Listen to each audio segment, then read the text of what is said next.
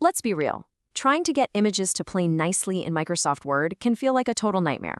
But you know what? It really doesn't have to be. Today, we're going to take a look at the tools that will finally put you in the driver's seat of your document's layout.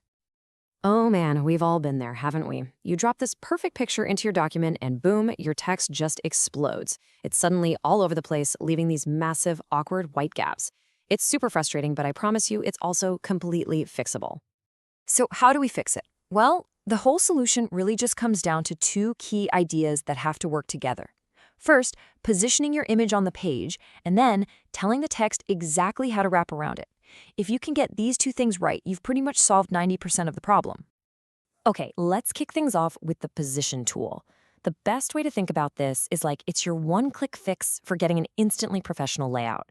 With just a single click, Word snaps your image into a classic, kind of book-like position and forces the text to just flow cleanly around it. It is by far the fastest way to get a good-looking page. And just look at the results. It's pretty dramatic. You go from that chaos on the left to the super clean, organized layout on the right. And all it took was one click on a position preset. It's really that simple, fast, and effective. But what if those presets aren't exactly what you need? For that more precise control, we've got to look at text wrapping. This is where you really get to be the director and dictate the specific rules for how your text and images are going to interact. Now, the default is usually in line with text, which basically treats your image like one giant clunky letter. Honestly, it's not very useful most of the time.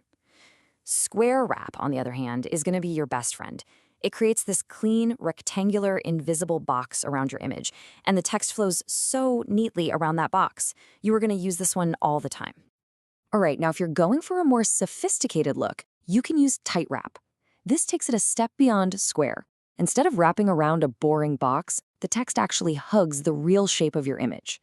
This creates a really dynamic and professional feel, and it looks especially great with images that have transparent backgrounds, like PNGs.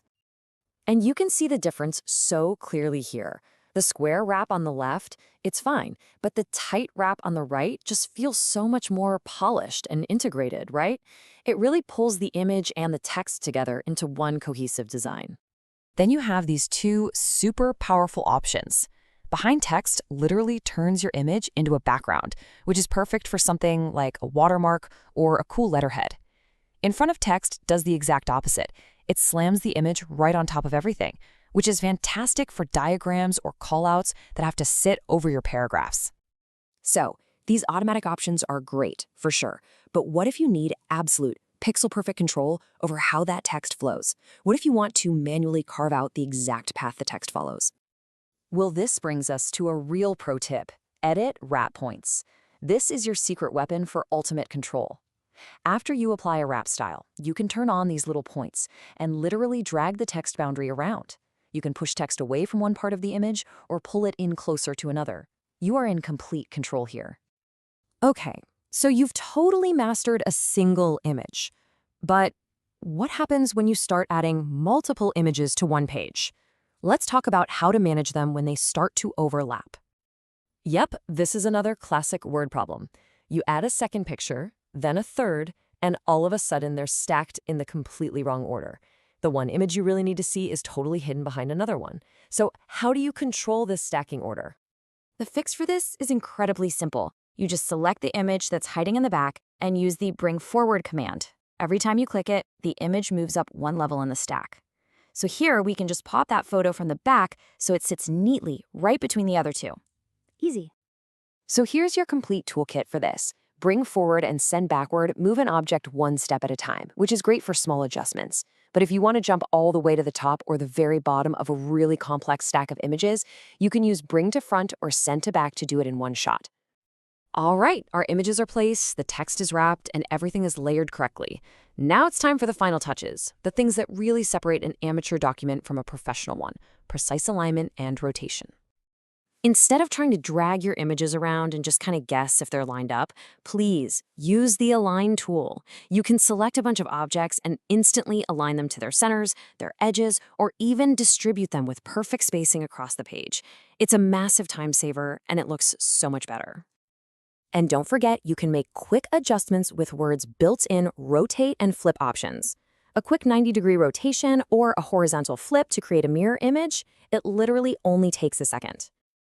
Okay, now for our final tip, and believe me, this one is a total game changer if you ever work on complex documents with lots of different images, shapes, and text boxes. Let's talk about the selection pane. The selection pane is basically a layer list for your whole document. It shows every single object on the page. From this one little panel, you can easily select an object, even if it's buried behind 10 others.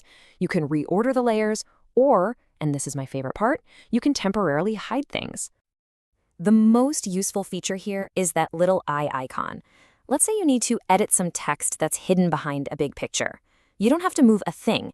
You just click the eye to make the picture invisible, edit your text, and then click the eye again to bring it right back. It is so incredibly convenient. And that's really it. You now have the complete toolkit to control position, wrapping, layering, and alignment. The next time you open up Word, you're not going to be fighting with your images. You'll be telling them exactly what to do. So the only question left is, what are you going to create?